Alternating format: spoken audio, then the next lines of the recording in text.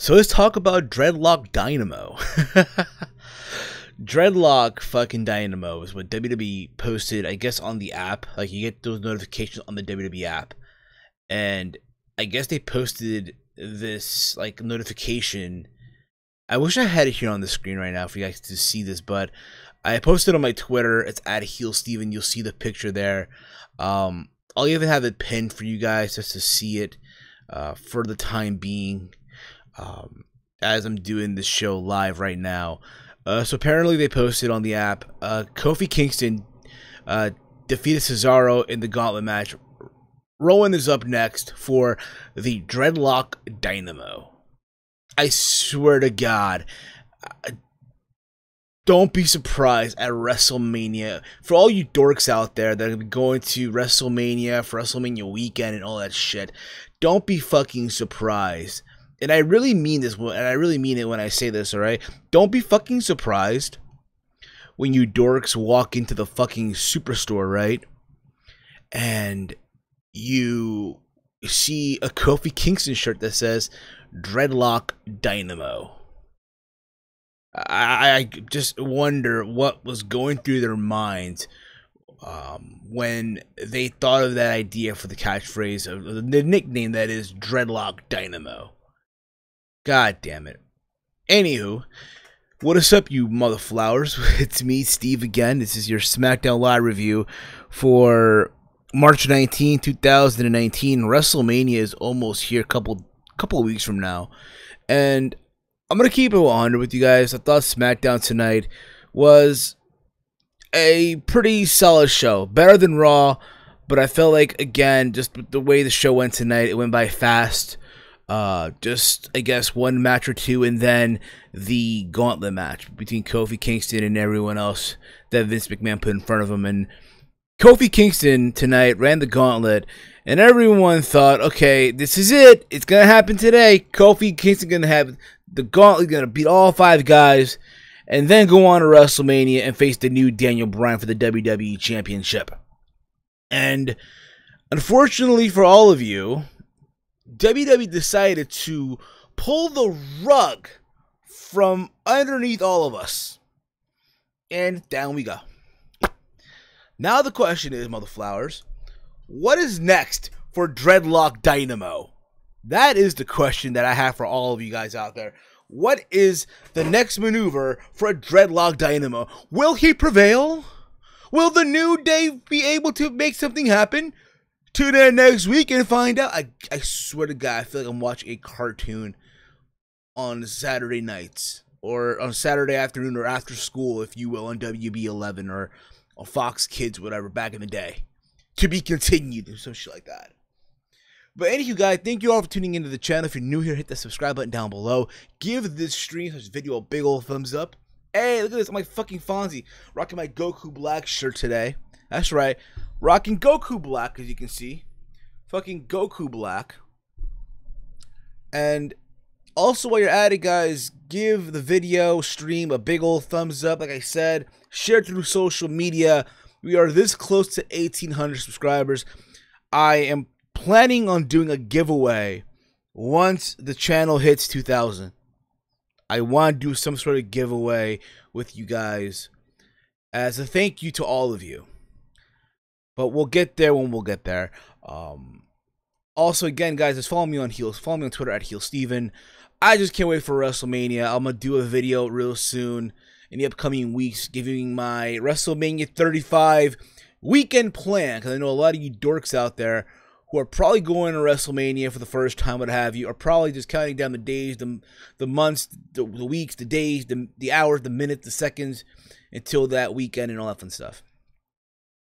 But like I said before, I thought SmackDown tonight felt, again, pretty solid. It was just a quick show. Felt like a breeze. Kofi had the Gauntlet. And for some reason, I don't know what the fuck they're thinking here. Here's the thing about it, okay? I understand the idea of the suspense. They make you want to wait for it. Make you want to tune into the show the very next week to see what the hell they're going to do with Kofi Kingston. But here's the thing.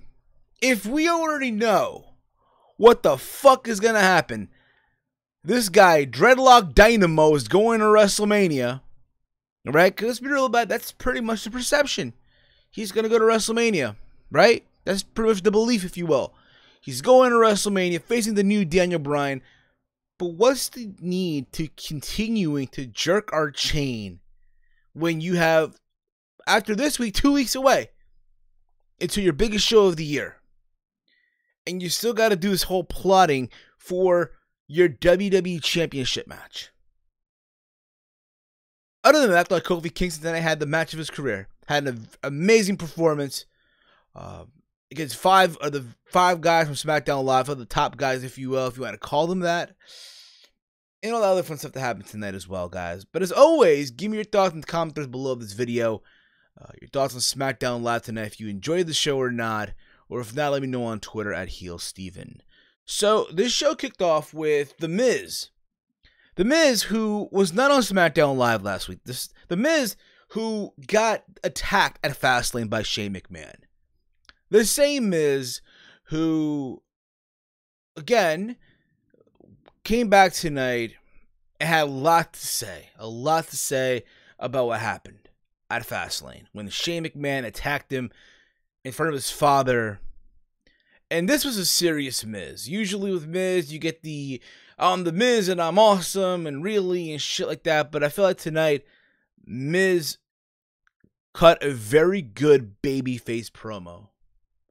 And here's the thing about it. I know for a lot of us is like, yeah, we prefer Miz as that heel, right? That villain. And no, I'm not referring to Marty Scurll. But I thought Miz tonight, for a babyface, cut a very good promo.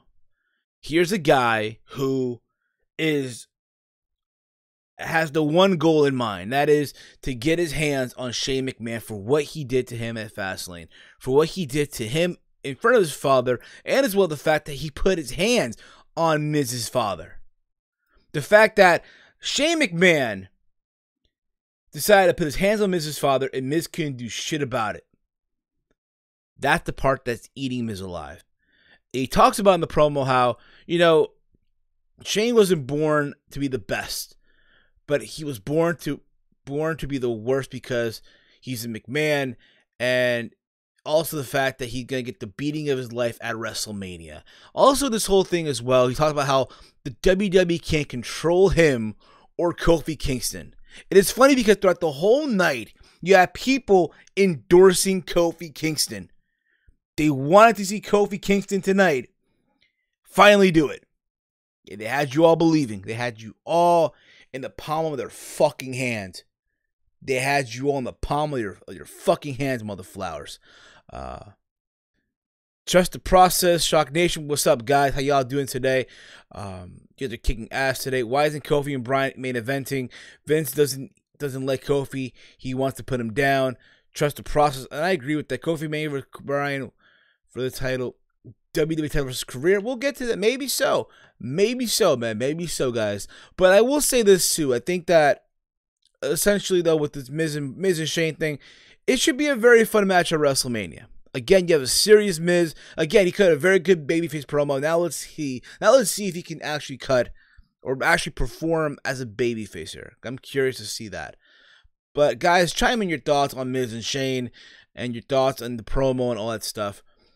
We found out that early in the night that the WWE Women's Tag Team Champions, Sasha Banks and Bayley, right, we're going to be on SmackDown Live to face the Iconics. And that's what we had. It was a non-title match, of course, right? So Peyton Royce and Billie Kay got on the microphone before the match and did their usual shit. The match, honestly, I did not give a shit about. I think none of us really did. It's just, hey, here's Sasha and Bayley. They're women's of their word. They're going to be in all three brands, Raw, NXT, and SmackDown Live. I just found it weird as fuck to see Sasha and Bayley wrestling on a Tuesday, and it's not even the fucking Mixed Match Challenge. But that's around the point. Like I said before, I didn't give a shit about this match. I did not give a flying fuck. And let's be real about it. The women's tag team division has failed before it even crawled. It's failed. It just shit the bed. I'm sorry. I just can't buy into it. I just can't. Listen, don't get me wrong. I get it. There's people out there. They're gonna say, "Oh, you got to give it a chance." I just feel like, again, it's all you're gonna get with it. It's just multi-person matches and shit down the road. And don't be surprised at WrestleMania, because again, there's talks of there being 17 matches at WrestleMania. Do you have any idea? And I said this on the Raw review last night. How much weed I'm gonna be smoking that weekend? Can you imagine the amounts of weed I'm gonna be smoking that Sunday heading into MetLife? God fucking damn it. I'm gonna see fucking Becky and Sasha and Charlotte. Becky, Charlotte, and Ronda. I'm gonna see fucking Batista and Triple H. I'm gonna see Bryan and Dreadlock Dynamo going at it. I'm gonna keep calling Kofi Kingston Dreadlock Dynamo. I swear to God, real talk. If WWE is not gonna make a shirt for Dreadlock Dynamo, I think I'm gonna make one. All over at Teespring. I think I'm gonna seriously make one. I seriously am. But we'll see about that. We'll see. But in this match, the Iconics got to win after some bullshit roll up. Whatever. Now, what does this mean? Hey, Sasha and Bayley got threats, not just on Monday Night Raw with Nia Jax and, Battle Cow and Tamina, and I guess the return of Beth Phoenix and Natalya, but now you have a threat in the Iconics. And again, this just smells to me at WrestleMania a fucking multi-person tag team match for the women's title that's probably going to just get under 10 minutes. That's all it's going to get. Don't be, honestly, I'm on favor this should be on the kickoff show at WrestleMania. I'm serious. I'm fucking serious with that one. We then get a backstage segment with Rey Mysterio and his son Dominic, and god damn it, I realized by watching his son today, god damn it, I am getting too old for this shit. I am getting too fucking old for this shit. I remember watching little Dominic in that program that Rey Mysterio and Eddie Guerrero did at SummerSlam 2005 in that ladder match for the custody of Dom. Remember that? This is the same little kid who hopped into the ring and tried to pull the ladder from Eddie Guerrero, and now he's a fucking giant. He surpassed his father. I'm pretty sure that he's trained to be a wrestler. I could be wrong on that, but he's announced that Rey Mysterio will be facing Samoa Joe for the United States Championship at WrestleMania. Now, here's the problem with this. Where does this leave now Andrade?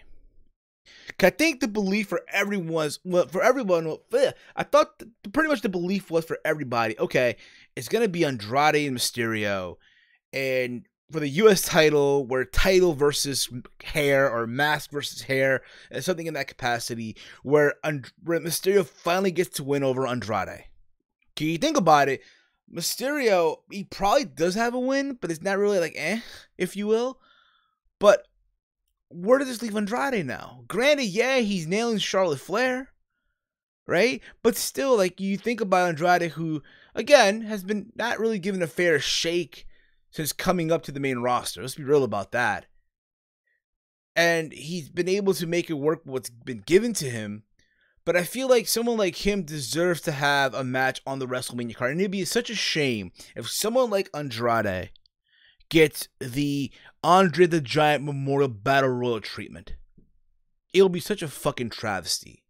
And I really think it's going to happen. I think that it's going to fucking happen, which I think, again, it's just a fucking travesty. But other than that, though, Dominic, future WWE champ by Shock Nation. What's up, Andre? What's up, WWE channel? What's up, Dark Metal Skull? What is up, Ray Sean? I'm gonna read your comments, guys, in a little bit. T and Couponer, TrueCat 2012. You guys are kicking ass in the chat. Thank you guys as always for tuning in every single week.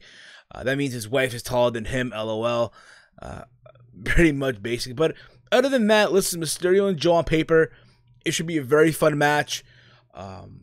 But again, I just feel like with Andrade, what the fuck do you do with him now? And again, it'll be such a shame if you put this fucker in the Andre the Giant Memorial Battle Royal.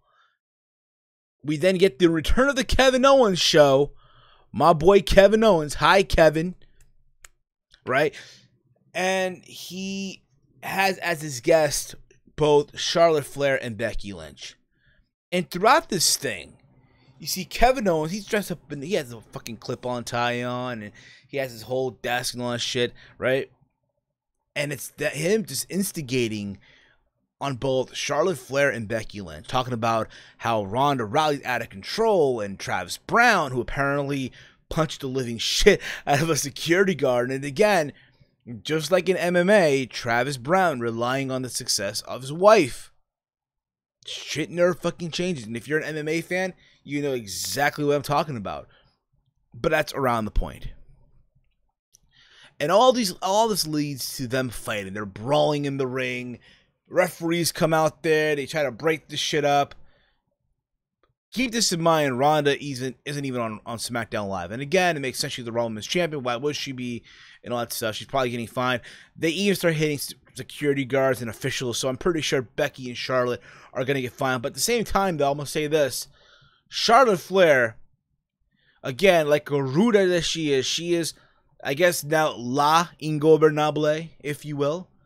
If you guys see her Instagram and see what she had on her head as a hat, but that's around the point again. But I guess we can call Charlotte Flair now La Ingobernable or La Ruda, but what it is, what it is. WWE announced that it's going to be AJ Styles and Randy Orton for WrestleMania, which again should be a very fun match. The story writes itself, and I look forward to seeing it. We then get Daniel Bryan cutting a promo on Kofi Kingston not deserving the opportunity. How it's an injustice that he's getting this opportunity, right? And how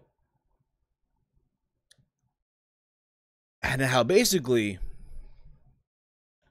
you know, he can rip the Kofi because Bryan at one time was like Kofi Kingston, right? But at the end of the day, Kofi is just a B+ player.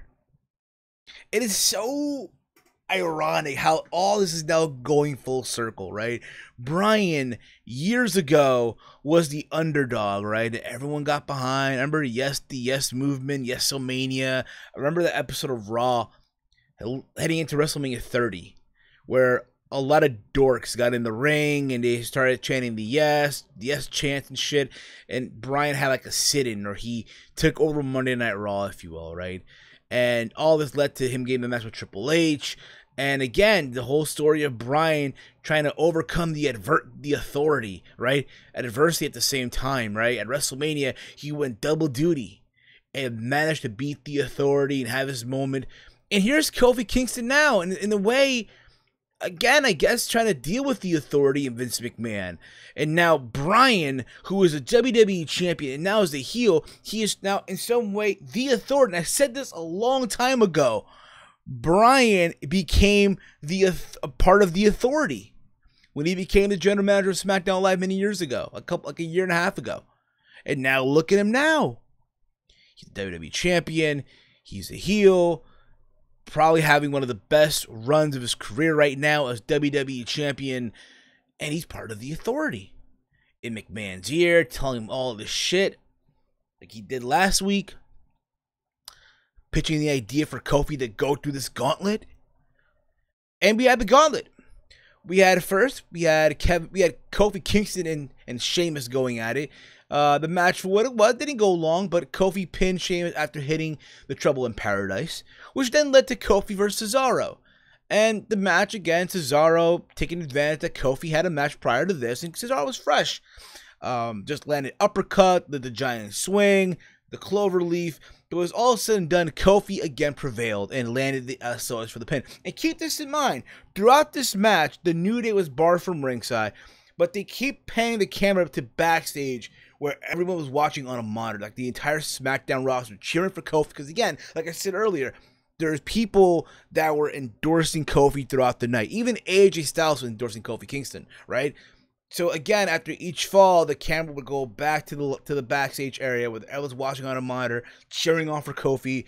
There's a point where fucking Joseph was eating fucking pancakes and shit. Nikki Cross was on the floor sitting down with a weird look on her face. But that's around the point, okay? We then get Kofi versus Erick Rowan, which Kofi won via disqualification after Rowan hit him with a chair shot. And then after the match, Rowan put Kofi through the announce table. Here, the thing too, what kind of pissed me off. he didn't clear the fucking table. And that's my kind of like a little detail. Like, again, when you put someone through a table, at least clear the fucking table. Because I feel like if you just don't clear it, the shit's going to fucking hurt. And again, I've never been put through a table before. But I can imagine if I were to go through a table, that shit would hurt. That shit would fucking hurt. I'm just saying. But all that led to, again, Rowan beating up Kofi a little more, which then led to Samoa Joe to come out. And Joe just started beating the fuck out of Kofi Kingston, who obviously is the U.S. champion. And again, just back and forth. Kofi countered the muscle buster into the pin. After the victory, Samoa Joe locked in the rear naked choke, the Kokia clutch on the Kofi. Kofi was passed out. And then the last person was Randy Orton. Randy Orton, and again, there's history there with Kofi and Randy. I think it was Tom Phillips who mentioned on commentary. There's history there. These two guys again had a feud back in 2009. Remember that? Where Kofi did the boom drop in MSG from like top of the middle section of the arena onto Randy, where Kofi fucking vandalized Randy's like NASCAR and shit. All that crap, right?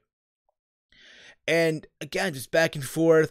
Randy at one point there by the timekeeper's area, and he yelled at us, "You're stupid." And again, just it looked like Randy was about to win, right? Because again, Kofi been put through all this shit, right? He's been beat up on, put through a table, choked on and shit. Something has to give here. Something has to give. And in some miracle way, right? Kofi rolled up Orton to earn his title shot, and everyone's celebrating. The New Day comes out, they're lifting him up, and then out comes Vince McMahon and tells him, "Congratulations, Kofi, you've won. Congratulations, but you are going to WrestleMania if you beat one more person." And everyone starts being pissed off about it, right? And this is the thing that I'm talking about. WrestleMania, after this week, it's just 2 weeks away. And you're still trying to jerk everyone's chain just 2 weeks before your biggest show of the year, and it's your WWE title match. And granted, we know it's not closing the show, but still it's your WWE title. And then out comes Daniel Bryan. Ironically, right? This Daniel fucking Bryan. McMahon made both Big E and Xavier be barred from ringside. And again, Daniel Bryan, who claims that Kofi doesn't deserve it. Just like last week, he pitched the big man to Kofi to go through a gauntlet if he wants his WrestleMania match.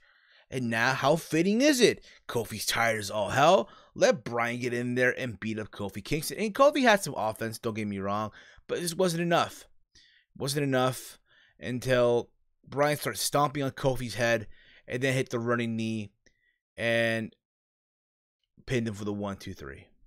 And that's how we closed the show. Bryan getting the final laugh. McMahon throwing a monkey wrench on Kofi Kingston. Putting more and more obstacles on Kofi Kingston. Making you dorks feel more sympathy for Kofi Kingston. So when he wins at WrestleMania, you're all going to lose your shit for like 2 weeks. And then after that, it's going to be like, oh my God, Kofi WWE champion. Who gives a fuck now? It's going to happen. Don't be surprised. But other than that, I get what they're trying to do. I understand, okay? They're trying to get more sympathy on Kofi. They're trying to get you guys invested and all that shit. Again, WrestleMania will be 17 matches in, from what I'm reading. And I hope I'm wrong. I hope I'm wrong. I really, really do. Just imagine, bro, 17 matches at WrestleMania. The amounts of weed I'm going to be smoking that weekend. But I leave it to you guys. Again, SmackDown tonight, I'm going to keep it 100, was a solid show, easy to sit through. And I'm going to keep it real too. I really, at the same time, it was hard for me to really sit through it as well. Not because, oh my God, I wasn't into the show. There's a lot of things going on right now. Like, my father's going to Peru in a couple of days. And he's leaving for 6 months. And my father's like he's like one of my best friends. You know what I mean? So the idea that, oh my God, I'm not going to see this guy for like 6 months. That's my father, okay? And it's starting to kick in. You know what I mean? I'll be okay. It is what it is. I'm a man. But we'll keep in touch on all that shit. I guess all of us, we have that connection or that bond with a relative, whether it's a mother, a father, an uncle, an aunt, a grandparent, or sibling, or cousin, what have you, right? And to me, my parents are my heroes. Both my mom and dad. They've sacrificed so much to give me opportunities that they never had. And I'm grateful for them. And again, it is what it is. I'm happy for them. My dad's retired, so I'm happy for him. He's enjoying his retirement. That's what's going through my mind right now. He's gonna go back to South America for 6 months and enjoy his retirement as he deserves. But it is what it is, guys. I know you guys probably don't care about that. Fine, but I just want to put it out there because again, I have nothing to hide from you guys, if you will. But anyway, guys, this wraps up the SmackDown Live review. Thank you guys for tuning in tonight. Before I wrap this up, though, let me read the comments. Let me read the comments real quick here, because again, I did promise to read the comments here. Shock Nation Wrestling. Why isn't Kofi versus Bryan main eventing? Because Brock Lesnar, bro. Brock Lesnar, Seth Rollins, and Ronda Rousey, motherflower. Dark Middle School 101. Vince just doesn't like Kofi. He doesn't like Kofi. He wants to put him down. Man, basically. But again, guys, it's all in the process. All in the fucking process. Like Shock Nation says. True Cat 2012. Vince stinks. I guess so. TN Couponer. Hashtag Kofi Mania. Kofi versus Bryan. WWE title versus career. Shock Nation, I agree. Title versus career. Ray Sean Sanders right here. Well, Kofi versus Vince. Book it Shane versus Miz street fight. Okay. Iconics really should have been built to WrestleMania instead of wasting a SmackDown Live on this. Maybe so. I guess with that, because what happens tonight, you're gonna have them into the match. So again, it could probably be like a multi-person match. So it is what it is. WWE channel, hi, what up? Shock Nation Wrestling, Dominic, future WWE champion. Never say never, man. Never say never. Andre Corbeil, what's up, Andre? Guys, check out his website, wrestlingwithwrestling.com. A lot of good content coming from this website and his channel as well. Joe versus Mysterio will be great. Will be a great match. That's actually what I'm looking forward to. Dark Middle School 101. Rey Mysterio, his own son is taller than him. LOL. That means his wife is taller than him. LOL. By 100, I'm not Andrade. I might be in minority by Ronald Burt, but I think Angle versus Andrade. Fair enough. That'll be a good match too. Why the hell not? I mean, Andrade does have that pull now, right? Based on who he's nailing backstage, but it is what it is. Dark Middle School, his son is taller than his wife is taller. LOL. Andre Corbeil, I'm not feeling him. Fifth like, thank you, brother. Appreciate it. Facts. Vince is one of those guys when he doesn't like certain wrestlers, he wants to put him down. I remember Kofi destroyed Orton at this card. Yeah, me too, bro. Back in the day, man. But anyway, guys, thank you for tuning in tonight. You guys are awesome as always for tuning into the chat. All of you guys, Dark Middle School, Shock Nation Wrestling, Andre Corbeil, Rob Bird, WWE channel, Big Mike from Big Bad Wrestling Recapture. Guys, check out his channel as well. If you fucks with me, guys, you guys will love what Big Mike does also on his channel as well. Ray Sean Sanders, True Cat 2012, Sean Gordon, Big Mike, like I said, also. Thank you guys. And again, if you're new to the channel, hit that subscribe button down below. And give this video slash stream a big old thumbs up. And again, we're almost at 1,800. Once we're at 2,000 subscribers, I'm gonna do a giveaway for you guys. I don't know what yet, but it's in the work. I'm thinking about it right now. Okay. But nonetheless, guys, thank you as always. Follow me on Twitter at HeelSteven. And as always, guys, hate, comment, and subscribe. Until next time, motherflowers, it's me, it's Steve, and it's wrestling and whatever. Peace out, dorks. God damn it, yo. They just love jerking your chain, yo. It's kind of crazy because on Raw, right, they got Angle and Corbin, and now here on SmackDown, it's this Kofi Kingston mystery. What the fuck's going to happen next? What's next for Dreadlock Dynamo? Tune in next week and find out on SmackDown Live. Hashtag Dreadlock Dynamo. Has to be a fucking shirt. Just saying.